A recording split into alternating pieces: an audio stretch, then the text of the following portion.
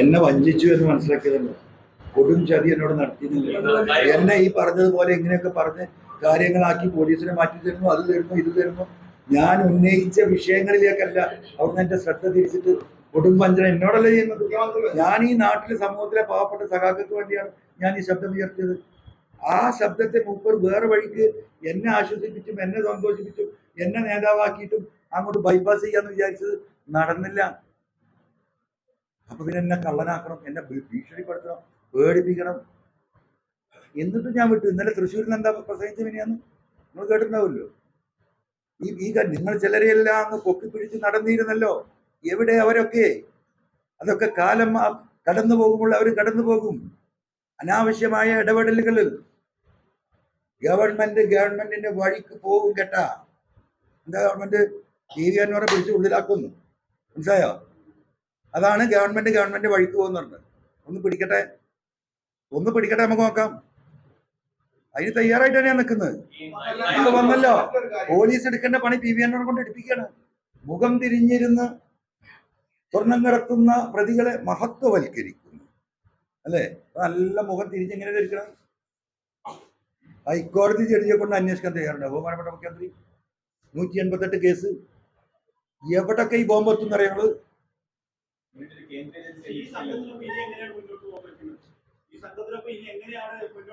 ഞാൻ ബാക്കിൽ നോക്കും, സംഘം മുന്നിൽ നടക്കും, ഞാൻ ബാക്കിൽ നോക്കും.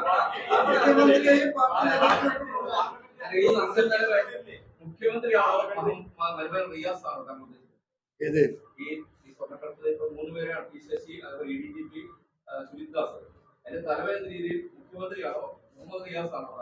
ഞാൻ കേരളത്തിലല്ലേ, മലയാളത്തിലല്ലേ ഇതുവരെ പറഞ്ഞത്. ഇനിയിപ്പം പറഞ്ഞു നിങ്ങൾ കണക്കൂട്ടു, നിങ്ങൾ അന്വേഷിച്ച് കണ്ടെത്തിയെന്നൊക്കെ പറയും.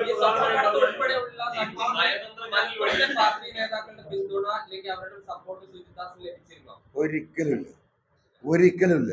മലപ്പുറത്തെ നേതാക്കന്മാർ പച്ച സാധുക്കളാണ്. നമ്മൾ അറബിയിൽ പറയുന്നത് വൈഫ് എന്ന്, ശ്രീനിധര. അവർക്ക് ഇതിൽ സഖാക്കളെ പറയല്ല, അത്ര അധികാരം അവർക്ക് കൊടുത്തിട്ടുള്ളൂ, അത്ര ശേഷിയെ കൊടുത്തിട്ടുള്ളൂ.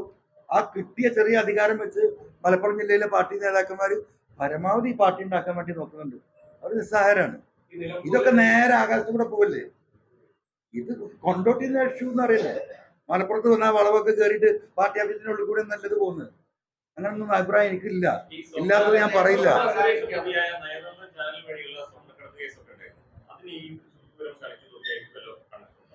എന്തിനാണ് അവിടെ സ്വർണം കടത്തിയിട്ട് ഇവിടെ പൂരം കലക്കണമെന്ന്? പൂരം കലക്കാൻ ഇവിടെ തന്നെ പണി വേറല്ലേ? അതും ഇതൊക്കെ എന്തിനാ കൂട്ടിക്കെട്ട? ഒരാവശ്യമില്ല മാഷേ. നിയമസഭയിൽ ഉണ്ടെങ്കിലല്ലേ നമ്മൾ നിയമസഭയിൽ പോയി നടക്കുന്നത്. ഇത് കഴിഞ്ഞിട്ട് ഞാൻ ദിവസം വ്യാഴാഴ്ച അല്ലല്ലല്ല ഞാൻ ഒന്ന് പറയട്ടെ, ഞായറാഴ്ച ഞാനൊരു പൊതുസമ്മേളനം വിളിക്കുന്നുണ്ട്. പൊളിറ്റിക്കൽ നമ്മളെ ജനങ്ങളോട് പറയണല്ലോ, ആ ജനങ്ങളാണ് ഈ 3 അക്ഷരം കൊണ്ടാണ് ഞാൻ ഇവിടെ ഇരിക്കുന്നത്. അത് ഈ ജനങ്ങളും പാർട്ടി തന്ന അംഗീകാരമാണ്. അപ്പൊ ഞാൻ ഈ അടുത്ത സ്റ്റെപ്പിലേക്ക് പോകുമ്പോൾ ജനങ്ങളോട് പറയേണ്ട ചില കാര്യങ്ങളുണ്ട്. ഒരു സാധു കുറെ നേരമായി ഇവിടെ.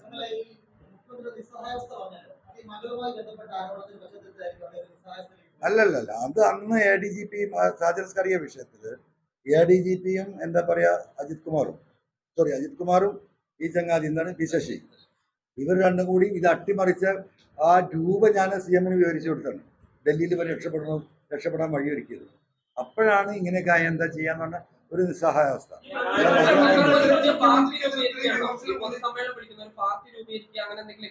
നമ്മളത് ടീ പാർട്ടിയാണ്. ചായന്റെ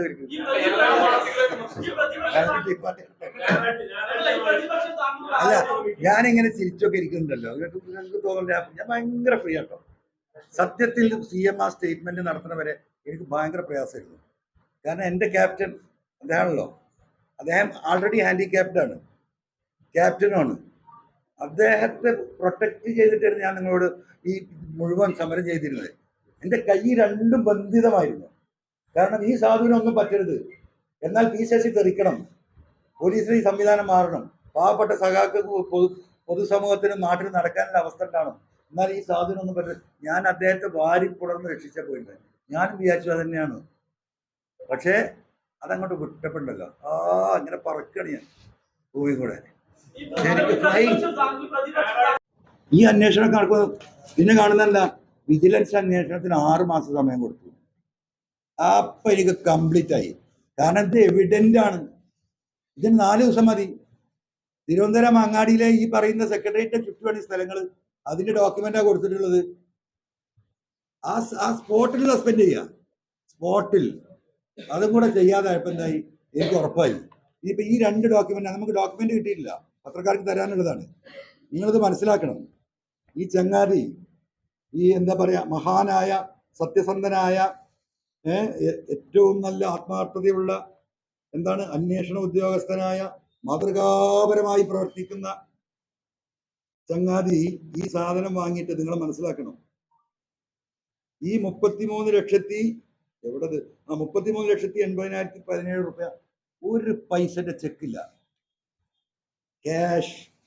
33,80,100 റുപ്യ അജിത് കുമാർ പൈസ കൊടുക്കുക. ഒരിക്കലും നടക്കാൻ പറ്റാത്ത ഡോക്യുമെന്റാ. അജിത് കുമാർ ആയതുകൊണ്ടാണ്. ഇവിടെയാണ് അധികാര ദുർവിനിയോഗം.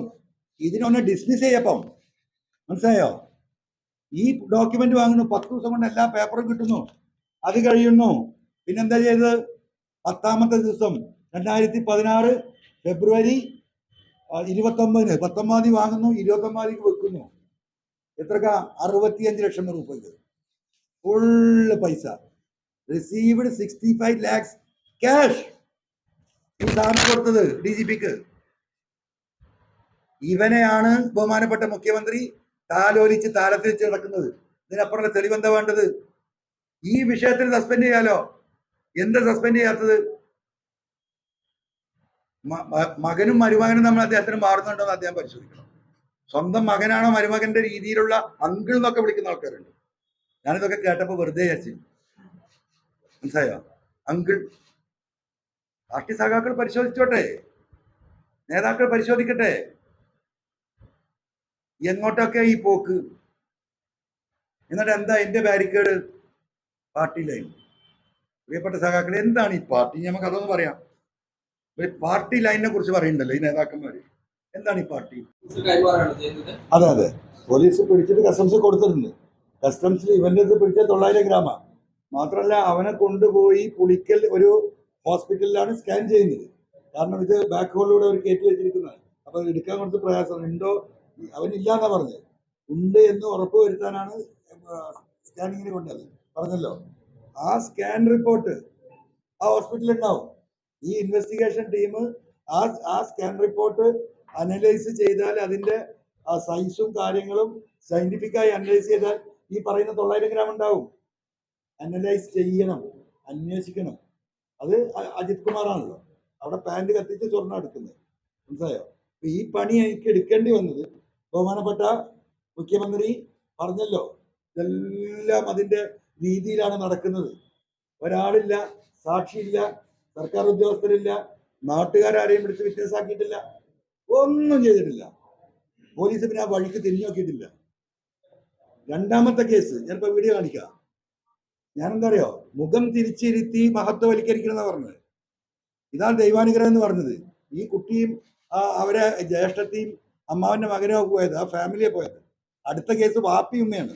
4 വർഷം കഴിഞ്ഞിട്ട് വരുന്ന മകനെ റിസീവ് ചെയ്യാൻ വേണ്ടി കരിപ്പൂർ എയർപോർട്ട് പോയതാ. കാളിയാവിലുള്ള സമദ്. അവന്റെ അടുത്ത് ഇതേപോലെ എയർപോർട്ട് കഴിഞ്ഞു വന്ന് പോലും മഞ്ചേരിയിലെത്തി. രാവിലെ 7:30 മണിക്കാണ് വരുന്നത്. ബ്രേക്ക്ഫാസ്റ്റ് കഴിക്കാൻ വേണ്ടി റെസ്റ്റോറൻറ്റിൽ കയറി ഭക്ഷണത്തിന് ഓർഡർ ചെയ്തിരിക്കുമ്പോഴാണ് പോലീസ് വരുന്നത്. പോലീസ് തന്നെ വിളിച്ചു, നീ ഈ ഫ്ലൈറ്റിൽ വന്നാലും ചോദിച്ചു. ഇങ്ങോട്ട് വാന്ന് പറഞ്ഞു. പുറത്ത് കൊണ്ടുപോയി എവിടെ സാധനം ചോദിച്ചു. അപ്പൊ അവൻ ഇതേപോലെ തന്നെ ഇവരൊക്കെ ഈ ശരീരത്തിൽ ഒളിപ്പിച്ചിട്ടാണ് വരുന്നത്. അവിടെ എത്തി ബാത്റൂമിൽ കയറി, ഹോട്ടലിന്റെ ബാത്റൂമിൽ കയറി ഈ സാധനം എടുത്ത് കഴുകി വൃത്തിയാക്കി. അവന്റെ ചെറിയൊരു ഹാൻഡ് ബാഗ് ഉണ്ട്, അതിലിട്ടിട്ട് ഉമ്മാക്കും മാപ്പാക്കും ഒന്നും അറിയുന്നില്ല. അപ്പൊ ഞാൻ ചോദിച്ചു, നിനക്ക് എന്താണ് കിട്ടുകയെന്ന്. അപ്പൊ അവൻ കൊണ്ടുവന്നതിന് എന്താ ടിക്കറ്റ് പിന്നെ 50,000 രൂപ. 4 വർഷമായി അവിടെ നിന്ന് ജോലിയൊന്നും ശരിയാകാതെ വീട്ടിലേക്ക് പോരാൻ ഒരു മാർഗമില്ലായിട്ട് വന്ന കുട്ടിയാണ്. അങ്ങനെ അവിടുന്ന് അവനെ പിടിച്ച് ജീപ്പിൽ കയറ്റുന്നു, കൊണ്ടോട്ടി കൊണ്ടുപോകുന്നു. പാപ്പയും ഉമ്മയും അവന്റെ ബന്ധു കൂടി അവർ വന്ന വണ്ടിയിൽ പോലീസ് സ്റ്റേഷനിൽ പോകുന്നു. പോലീസ് സ്റ്റേഷനിൽ അവിടെ ഇരുത്തുന്നു. ഇവര് അങ്ങോട്ട് കടത്തി വിടുന്നില്ല. വൈകുന്നേരം വരെ ഇരിക്കുന്നു. അവനോട് കാര്യങ്ങൾ ചോദിക്കുന്നു. ഈ ഗോൾഡ് അവരെടുക്കുന്നു ഒരു കടലാസുമില്ലാതെ. അവന്റെ പാസ്പോർട്ടും ഫോണും വാങ്ങി വെച്ചു. ഇവന് ഫോൺ തിരിച്ചു കൊടുത്തു എന്ന് പറഞ്ഞു. എന്നിട്ട് പറഞ്ഞു, നീ പൊയ്ക്കോ, ഇത് വെളിയിൽ പറയാൻ നിൽക്കുകയാണെങ്കിൽ നിനക്ക് പ്രശ്നമാവും എന്ന് ഒരു സൂചനയും നൽകിയിട്ട് അവനെ വിട്ടു. പിന്നെ 1.5 മാസം കഴിഞ്ഞിട്ട് അവൻ കൊണ്ടോട്ടി സ്റ്റേഷനിൽ ചെല്ലുകയാണ്. എൻ്റെ പാസ്പോർട്ട് എവിടെയാണ്, എൻ്റെ ഫോൺ എവിടെയാണെന്ന് ചോദിച്ചു. അപ്പം ഇതേപോലെ മഞ്ചേരി കോടതിയെ സമീപിക്കാൻ പറയുന്നു. അവൻ വക്കീലിനെ ഏൽപ്പിക്കുന്നു. വക്കീൽ വന്ന് ഇതിൽ ഇടപെടുന്നു. 10,000 റുപ്യ ഫൈന് കെട്ടിയിട്ട് അവൻ്റെ ഫോണും പാസ്പോർട്ടും തിരിച്ചെടുക്കുന്നു.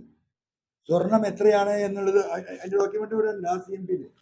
സ്വർണത്തിൻ്റെ കാര്യം ഇതിൽ പറയുന്നില്ല. അപ്പോൾ ഇനി ആ CMPയിൽ തന്നെ വേറെ സ്വർണം സൂക്ഷിച്ചിട്ടുണ്ടെന്ന് അറിയില്ല. അപ്പോൾ അവൻ്റെ വക്കീലുമായി ബന്ധപ്പെട്ടു വക്കീലിന് ഓർമ്മ പ്രകാരം ഒരു 300 ഗ്രാം പോലീസ് സ്റ്റേഷനിൽ റിപ്പോർട്ട് ചെയ്തിട്ടുണ്ട്, അല്ല കോടതി കൊടുത്തിട്ടുണ്ട്. പക്ഷേ കസ്റ്റംസിൽ റിപ്പോർട്ട് ചെയ്തിട്ടില്ല. കസ്റ്റംസിൽ റിപ്പോർട്ട് ചെയ്തെങ്കിൽ കസ്റ്റംസ് വരണം. അപ്പം ഇവനും കൊടുക്കുന്നത് എന്താ വെച്ചാൽ ഇതൊക്കെ 1 കിലോന്റെ താഴെയാണെങ്കിൽ അന്നത്തെ നിയമപ്രകാരം ഇവർക്ക് ബെയിൽ കിട്ടും. അതുകൊണ്ടാണ് ഈ പറയുന്ന 950 ഗ്രാം 900 ഗ്രാം ഒരു ബിസ്ക്കറ്റ് ഉരുക്കി എന്താ പറയുക ക്യാപ്സ്യൂളാക്കിയിട്ടാണ് ഇവർ കൊണ്ടുവരുന്നത്. ആ വിഷയത്തിൽ എത്രയാണ് മുക്കിയത് വക്കീൽ പറഞ്ഞ പ്രകാരമാണെങ്കിൽ 900 ഗ്രാമിൽ 320 ഗ്രാം എന്താ പറഞ്ഞു, ബാക്കി ഈ പറയുന്ന 575 ഗ്രാം മുക്കിയിരിക്കുകയാണ്. ഞാൻ ബഹുമാനപ്പെട്ട മുഖ്യമന്ത്രിയെ വെല്ലുവിളിക്കുന്നു. ഒരു സിറ്റിംഗ് ജഡ്ജിയെ കൊണ്ട് ഈ പറയുന്ന കരിപ്പൂർ എയർപോർട്ടിൽ ഞാൻ ഉന്നയിച്ച ആരോപണങ്ങൾ, ഈ 188 കേസുകൾ ഹൈക്കോടതി ജഡ്ജിയുടെ സാന്നിധ്യത്തിൽ സത്യസന്ധരായ പോലീസ് ഉദ്യോഗസ്ഥരെ വെച്ച് അന്വേഷിക്കാൻ ബഹുമാനപ്പെട്ട മുഖ്യമന്ത്രി തയ്യാറുണ്ടോ? അതല്ല ADGP ഈ കൊണ്ടുകൊടുക്കുന്ന വാറോല വായിക്കേണ്ട ഒരു ഗതികളിലേക്ക് CM എത്തിയോ എന്ന് CM-ഉം പാർട്ടിയും പരിശോധിക്കുക. രണ്ടാമത്തെ അൽസലാമ ഐ ഹോസ്പിറ്റൽ 21 ലക്ഷത്തോളം സന്തുഷ്ടരായ ഉപഭോക്താക്കളും 2 ലക്ഷത്തോളം തിമിര ശസ്ത്രക്രിയകളും പൂർത്തിയാക്കിയ മലബാറിലെ ഏക കണ്ണാശുപത്രി. ലോകോത്തര നിലവാരമുള്ള ചികിത്സാ സംവിധാനങ്ങൾ, എല്ലാ നേത്രരോഗ ചികിത്സാ സൗകര്യങ്ങളും വിദഗ്ധരായ ഡോക്ടർമാരുടെ മേൽനോട്ടത്തിൽ. Al Salama eye hospital, hospital road, Perinthalmanna.